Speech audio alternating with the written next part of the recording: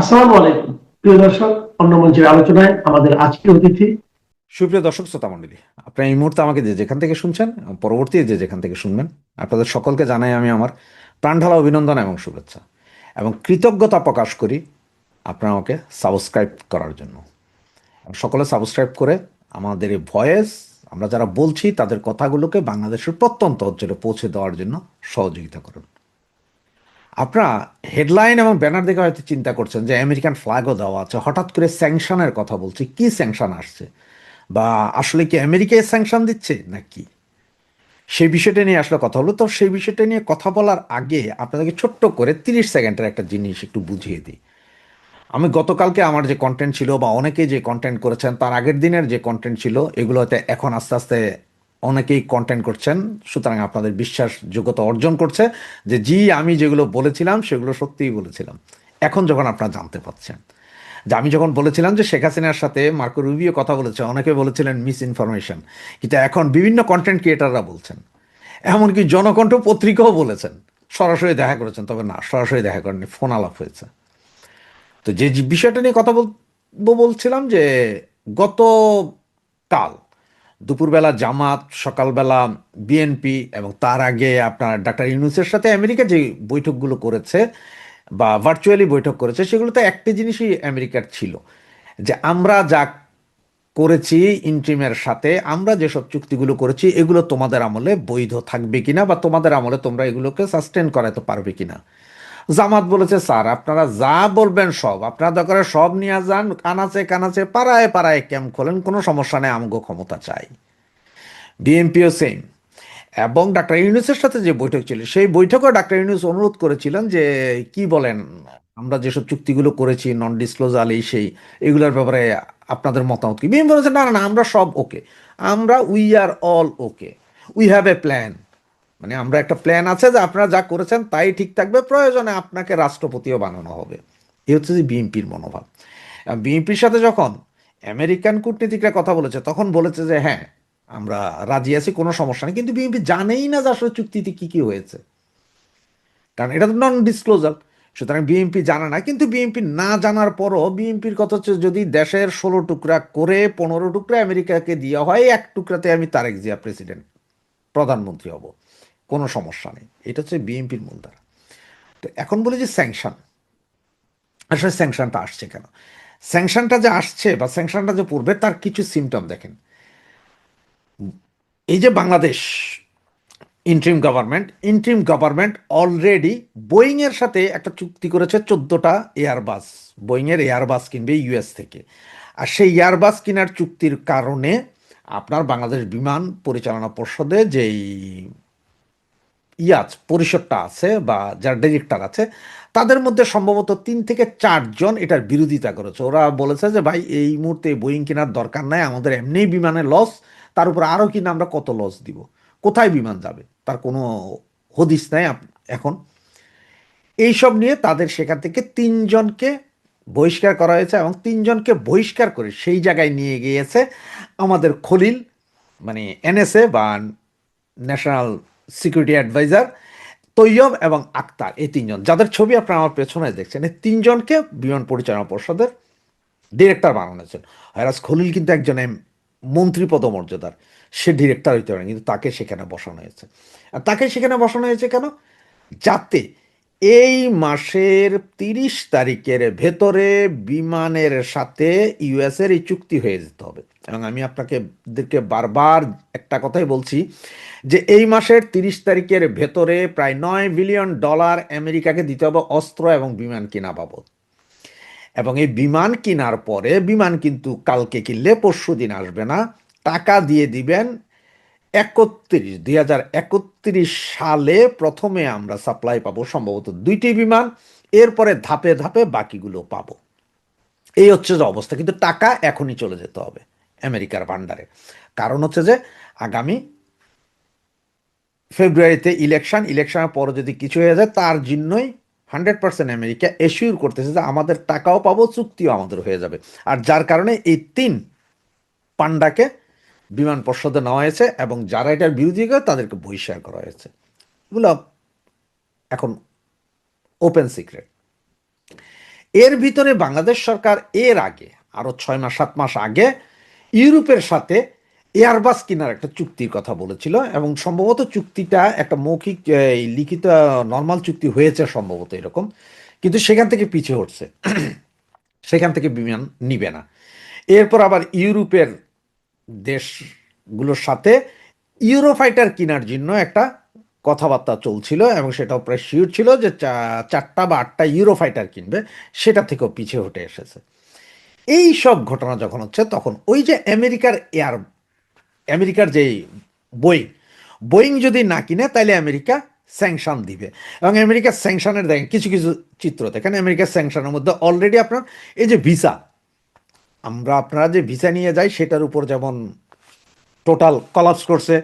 এরপর ট্যুরিস্ট যাইতে হইলে আপনার 15 লাখ টাকা জমা দিয়ে এরপরে ট্যুরিস্ট ভিসা নিতে হবে। এগুলো কিন্তু মোটামুটি একটা স্যাংশনের পর্যায়ে, এটা 100% স্যাংশন না, ইকোনমিক স্যাংশন না, কিন্তু এটা মানে আমরা তোমাদেরকে যে কোনো মুহূর্তে স্যাংশন দিতে পারি যদি তোমরা আমাদের এই জিনিস না নাও।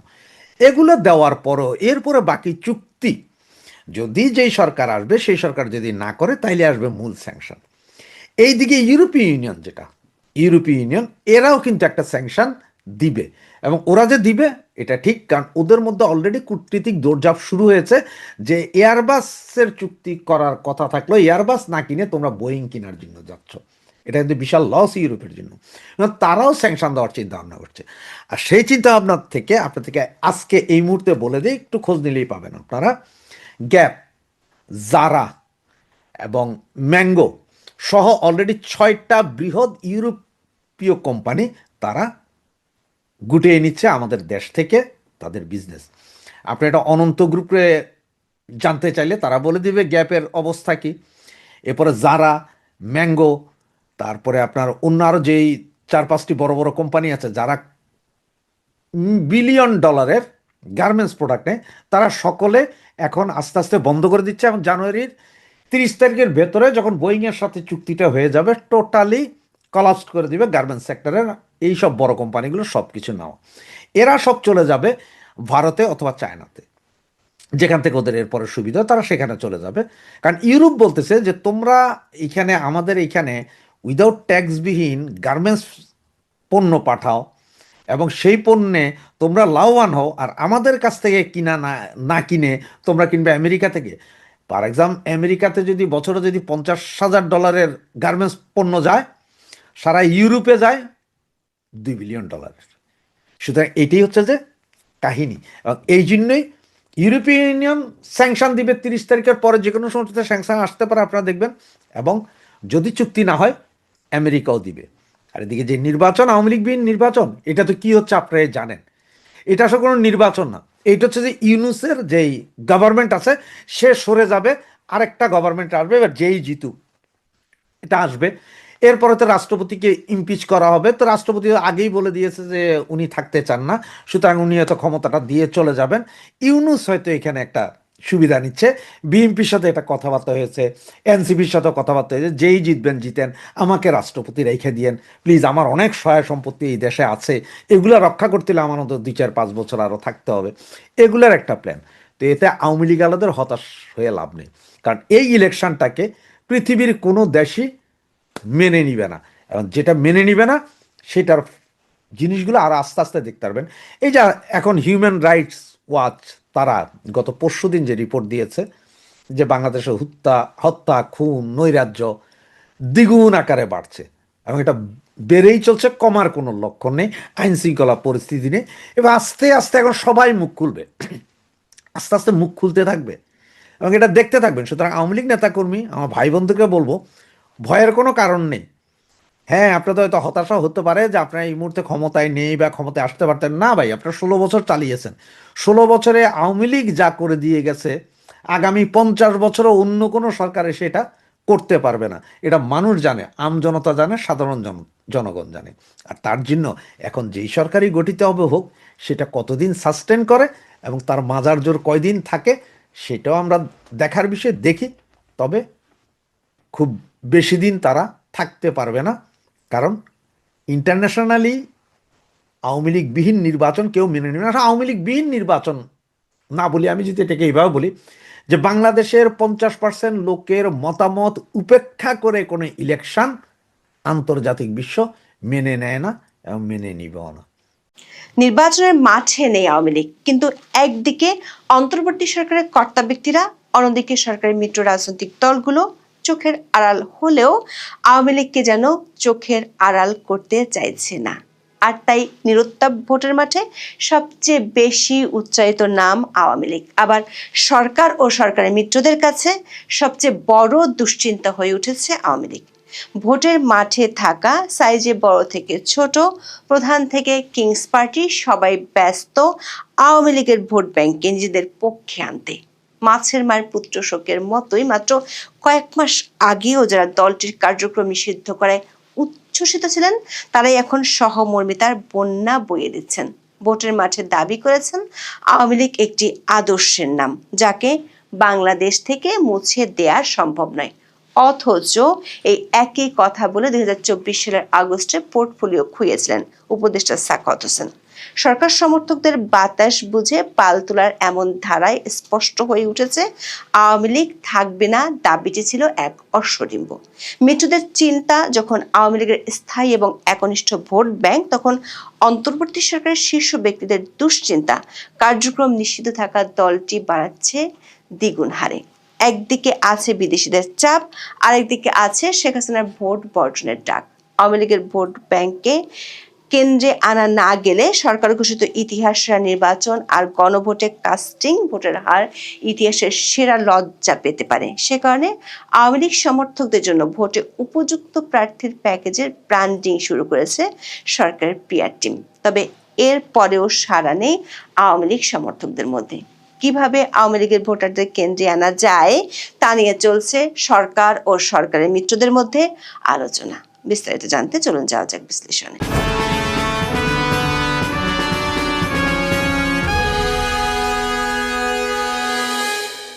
নির্বাচনের রেকর্ড বলছে বাংলাদেশে 1991 সাল থেকে 2008 সাল পর্যন্ত মোট 4টি নির্বাচন হয়েছে, যেগুলো অবাধ, সুষ্ঠু, নিরপেক্ষ ও অন্তর্ভুক্তিমূলক হিসেবে ব্যাপকভাবে প্রশংসিত।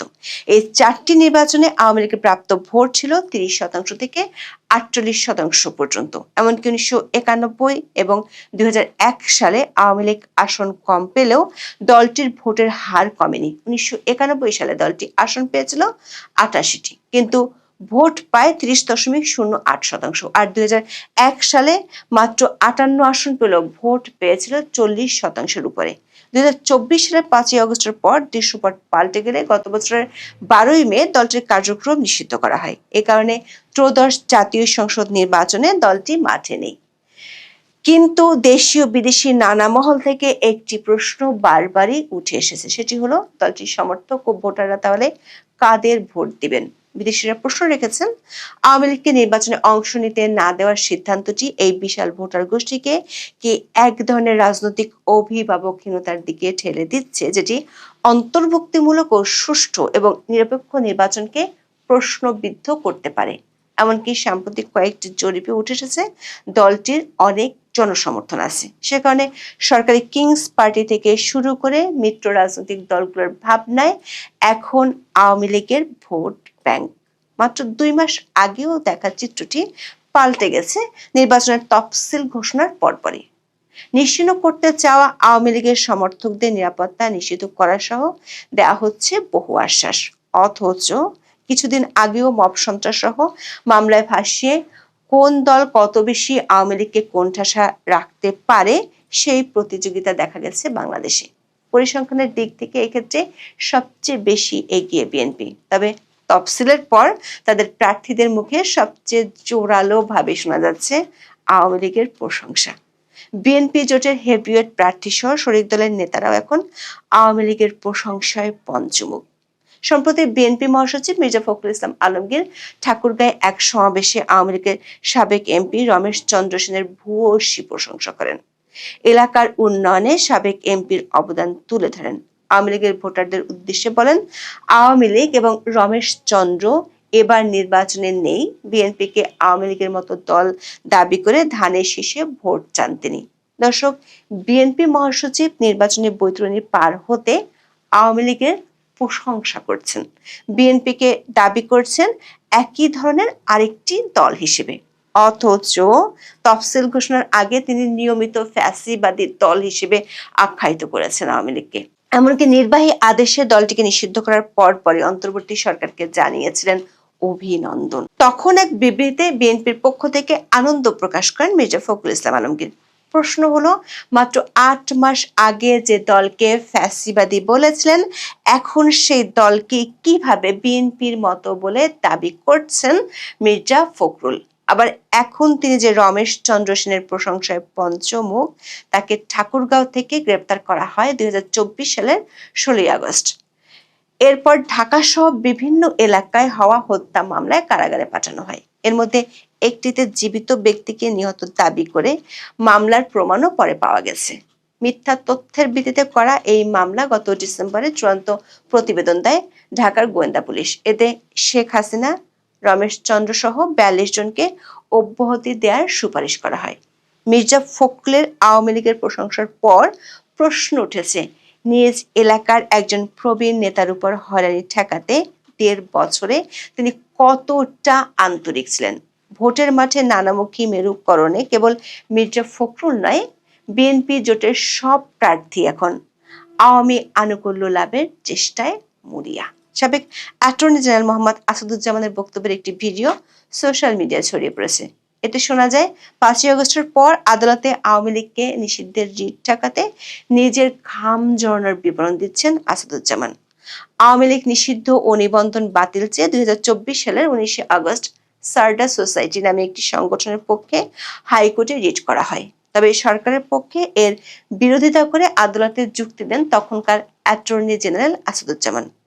দর্শক, অ্যাটর্নি জেনারেল একটি সাংবিধানিক পদ এবং তিনি রাষ্ট্রের পক্ষে আদালতে লড়াই করেন, অর্থাৎ রাষ্ট্রের দৃষ্টিভঙ্গি তিনি তুলে ধরেন আদালতে। তবে এতদিন বাদে ভোটের মাঠে নেমে আদালতে সেই লড়াইকে নিজের ব্যক্তিগত অবস্থান হিসেবে জাহির করতে চাইছেন আসাদুজ্জামান। ঝিনাইদহ 1 আসনে ধানের শীষের এই প্রার্থী এক পথসভায় দাবি করেন, আওয়ামী লীগ একটি আদর্শের নাম, কোন রাজনৈতিক আদর্শকে হত্যা করাকে সমর্থন করেন না বলেই তিনি 2024 সালে রিটটির বিরোধিতা করেছিলেন। অথচ গত বছরের জুলাইও ঠিক উল্টো কথা শোনা গিয়েছিল তখনকার অ্যাটর্নি জেনারেলের কণ্ঠে। আওয়ামী লীগের পক্ষে সবাইকে অপরাধী হিসেবে তিনি দাবি করেন। সাংবাদিকদের তিনি বলেছিলেন, নিষিদ্ধ আওয়ামী লীগকে যারা সহযোগিতা করবে তারাও অপরাধী। সরকারের নির্বাহী আদেশের পক্ষে সাফাই গিয়ে বলেন, আওয়ামী লীগ এখন নিষিদ্ধ সংগঠন, এই নিষিদ্ধ সত্তাকে প্রত্যক্ষ বা পরোক্ষভাবে যারা সহযোগিতা করছে তারাও অপরাধী হিসেবে বিবেচিত হবেন। তবে সেই আসাদুজ্জামানই এখন ভোট পেতে সুর বদলে ফেলেছেন। যে দলটি কয়েক মাস আগেও তার কাছে ছিল ফ্যাসিস্ট, এখন তারাই হয়ে গেছে চিরঞ্জীব একটি আদর্শ। বহুরূপী এই ডিগবাজি বাংলাদেশের ভোটের রাজনীতিতে খুবই পুরনো দৃশ্য।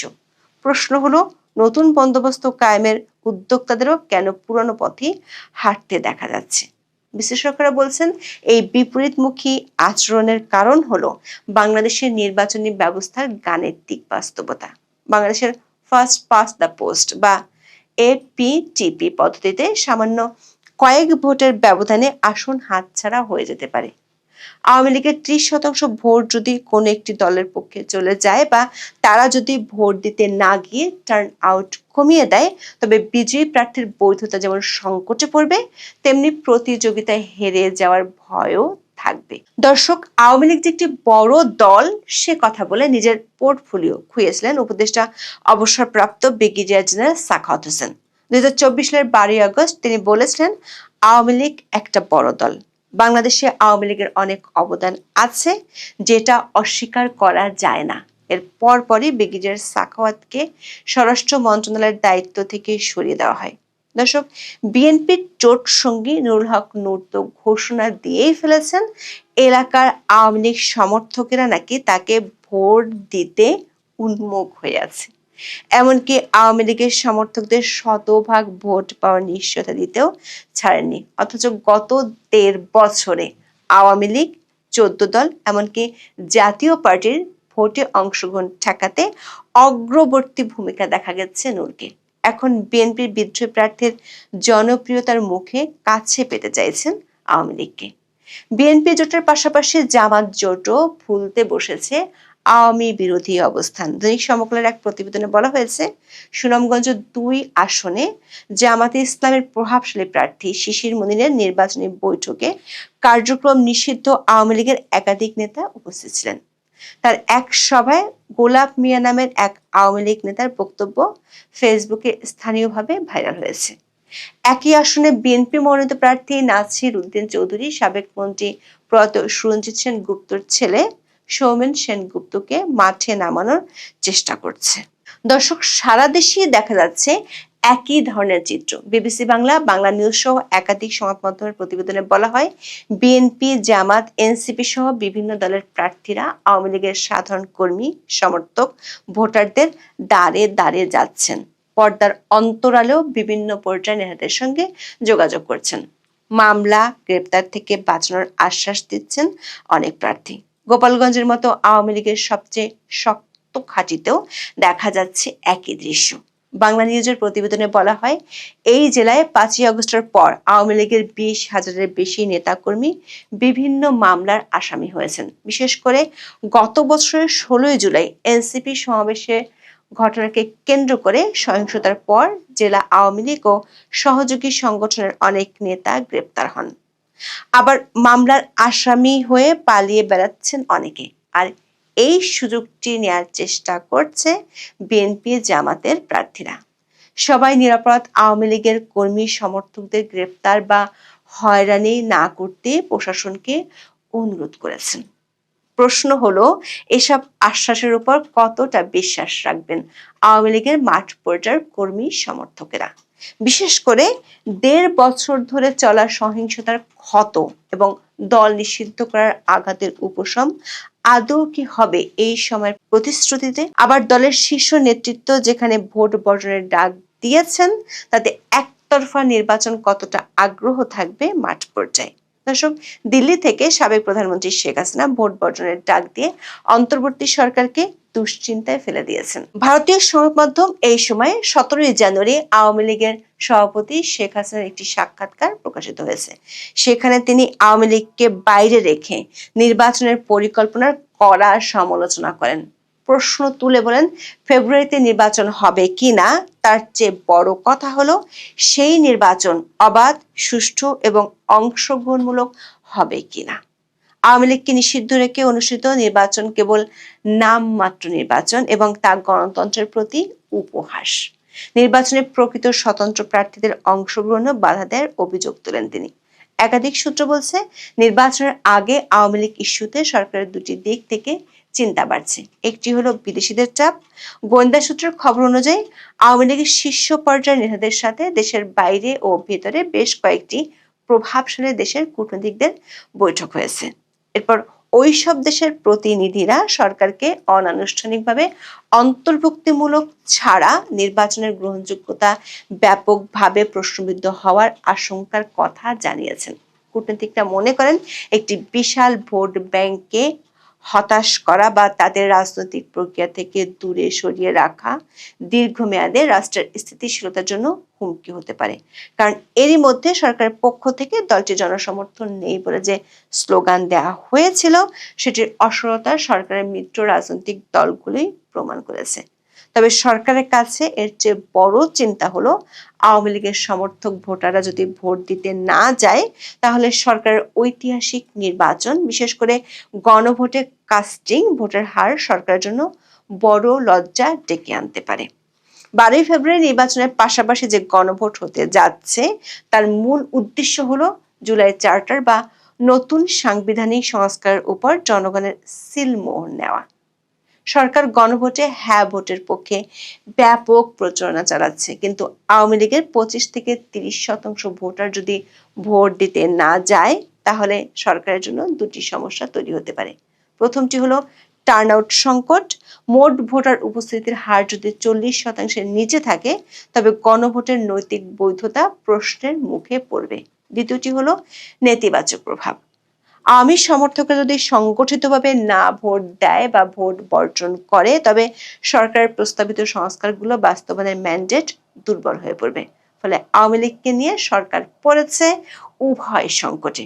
তবে এখনো পর্যন্ত সরকারের শীর্ষ কর্মকর্তা ও একাধিক গোয়েন্দা সংস্থার তথ্য মতে শেখ হাসিনার ডাকে আওয়ামী লীগের ভোটাররা ভোট বর্জন করবে। হয়তো কিছু কিছু এলাকায় যেখানে সংখ্যালঘু বেশি, সেসব এলাকায় ভোটাররা নিরাপত্তার খাতিরে ভোট দিতে ভোট কেন্দ্রে যাবেন, কিন্তু তারা হয়তো কাউকে ভোট দেবেন না। এই আশঙ্কার কথা বিদেশিদের মধ্য থেকেও সরকারকে জানানো হয়েছে। সূত্রগুলো বলছে, সব মিলিয়ে সুষ্ঠু, অবাধ ও নিরপেক্ষ নির্বাচন আয়োজনের চেয়ে সরকারের চিন্তা এখন আওয়ামী লীগকে নিয়ে বেশি। এখন এ পর্যন্ত।